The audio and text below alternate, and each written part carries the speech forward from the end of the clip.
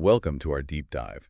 We're tackling Andrew Grove's Only the Paranoid Survive today. It's a classic for a reason, and we're hoping to pull out the pieces that are most useful, whether you're running a company, trying to figure out where your career's headed, or just interested in how to make it when everything around you is changing all the time. It's interesting, right? Because Grove, the former CEO of Intel, isn't just talking business here. He's basically laying out a way to think about any kind of disruption anytime the rules change. A strategic inflection point, as he calls it. Like when a new tech comes along or some fierce competition pops up, or even just how people's tastes change. These strategic inflection points can make or break a company, or even a whole industry. Grove says we need a certain amount of, well, paranoia to not only survive these points, but really come out on top. He's not talking about the kind that keeps you up at night, though. More like just being really aware of the threats, but also the opportunities that are out there. Being aware of the ground shifting under you before you find yourself in a full-blown crisis. Yeah. Exactly. And Grove gives us some really great tools for doing just that. One of the tools that really stuck with me is what he calls the 10x rule.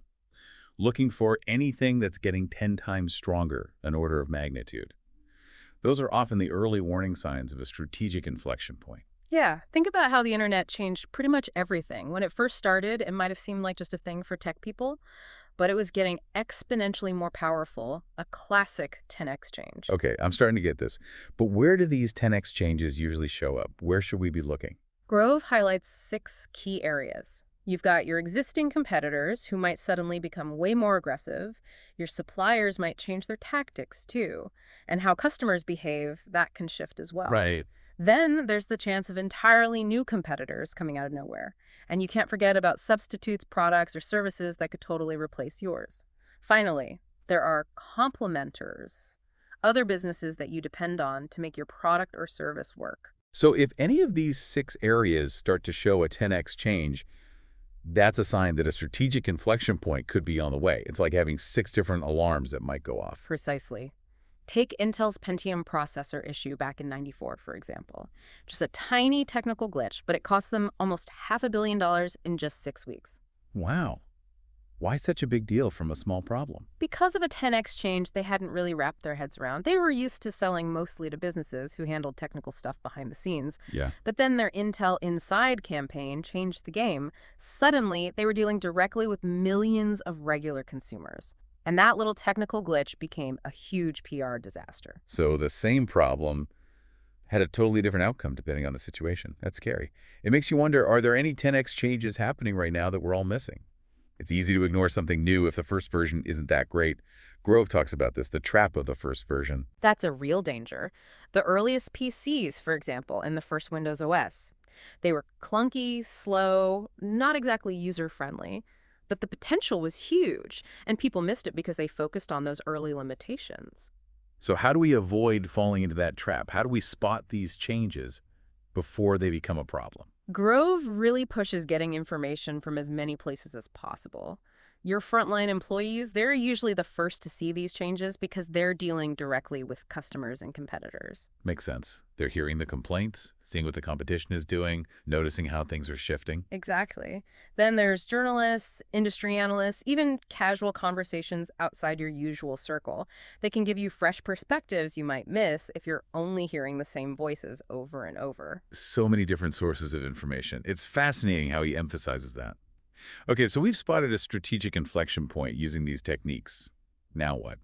How do you actually handle such big changes?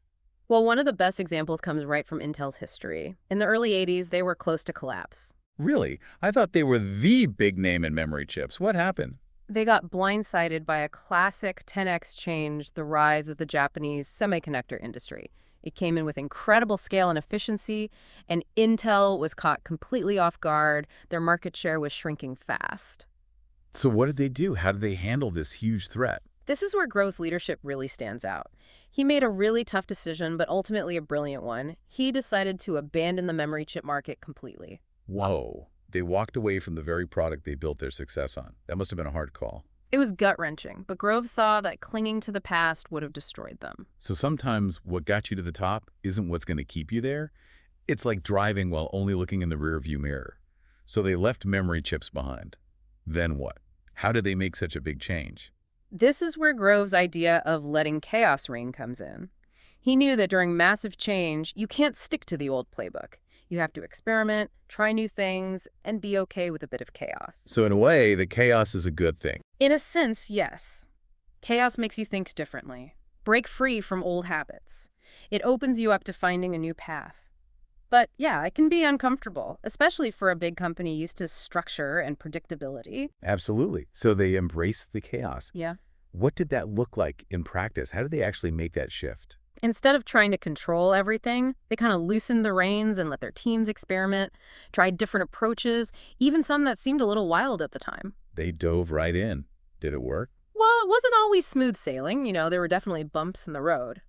But by letting go of the old ways of doing things, they opened themselves up to new possibilities, like shaking up a snow globe.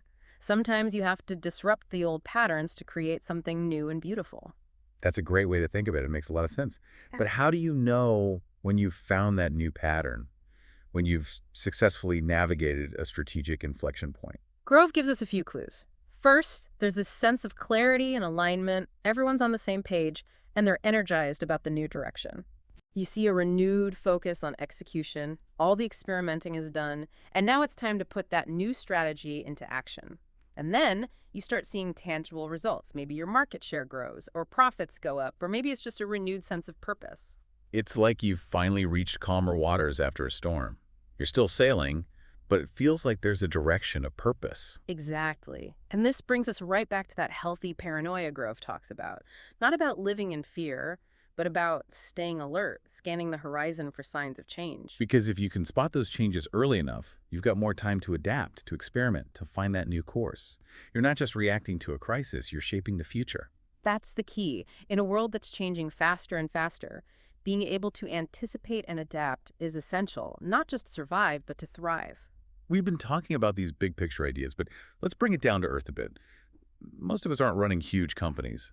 What do these strategic inflection points look like in everyday life? Remember Grove's analogy. Think of your career as your own business. You're the CEO of your own life. Right. So, just like a CEO, you need to always be assessing your situation, looking for those 10x changes that might impact your future. So what can we do? Should we all be reading industry reports and going to conferences?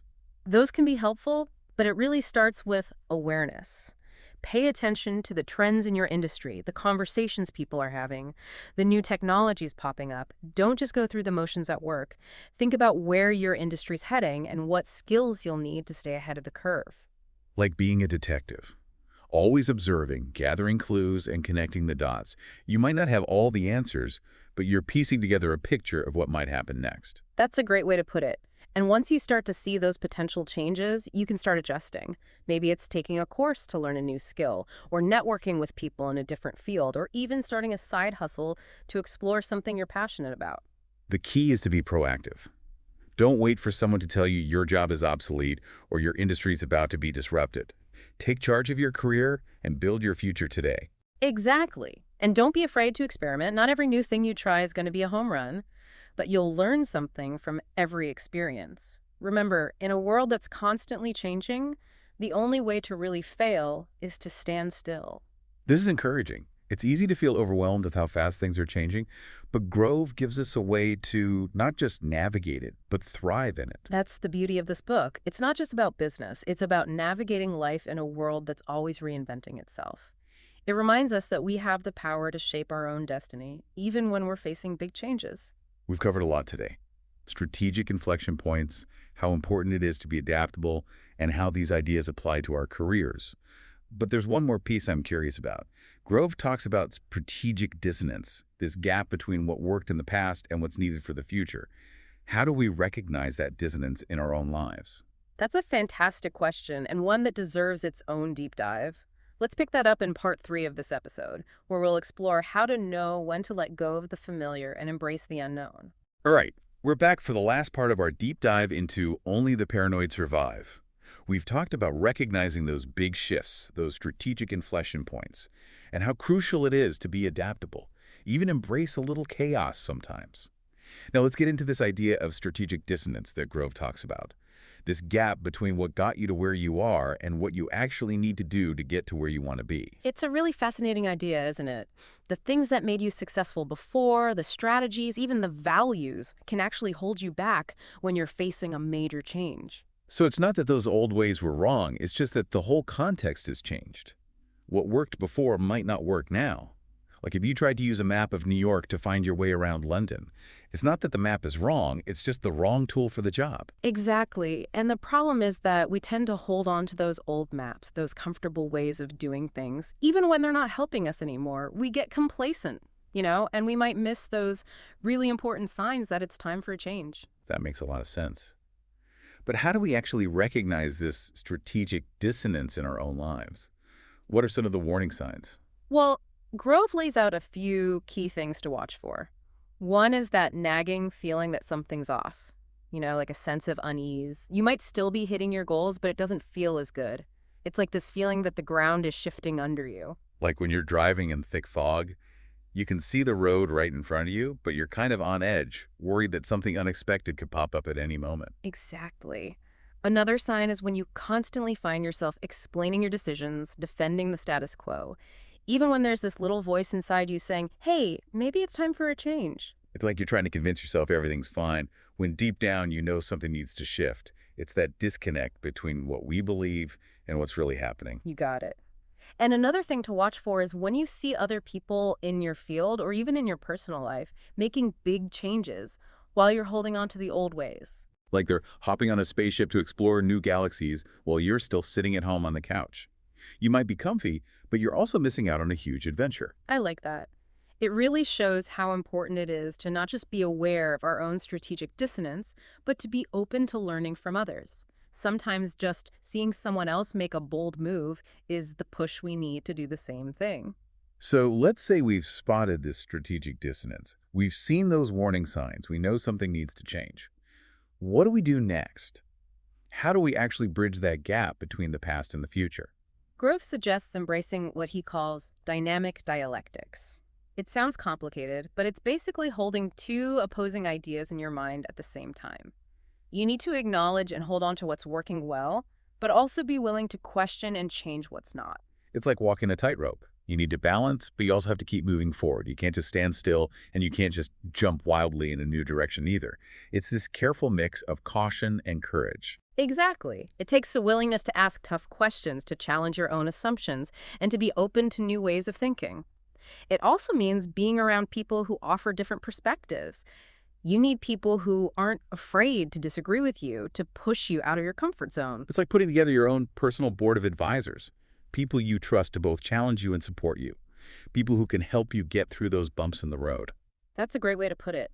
And remember, figuring out this strategic dissonance thing is an ongoing process. It's not a one-time event. It's more like a way of thinking, a way of being in the world. The world keeps changing, so we have to keep adapting too. So what we're taking away here is that having a little paranoia, that healthy awareness of shifts that might be coming, isn't just about surviving. It's about thriving. It's about recognizing when things are changing and having the courage to adapt and evolve. That's it, exactly. It takes us back to the core of what Andrew Grove is trying to teach us in Only the Paranoid Survive. It's not just a business book. It's about navigating the messiness of life in a world where change is the one thing you can always count on. So as we wrap up this deep dive, one last thought for our listeners. What are the strategic inflection points in your own life right now? What opportunities or threats might be lurking just around the corner? And are you ready to embrace that healthy paranoia that will help you not just to survive, but to truly thrive? That's a question we should all be thinking about, because ultimately it's not about predicting the future. It's about being ready for whatever comes your way. And on that note, we'll leave you to ponder those questions. Thanks for joining us on this deep dive into Only the Paranoid Survive. Until next time, stay curious, stay engaged, and maybe, just maybe, stay a little bit paranoid.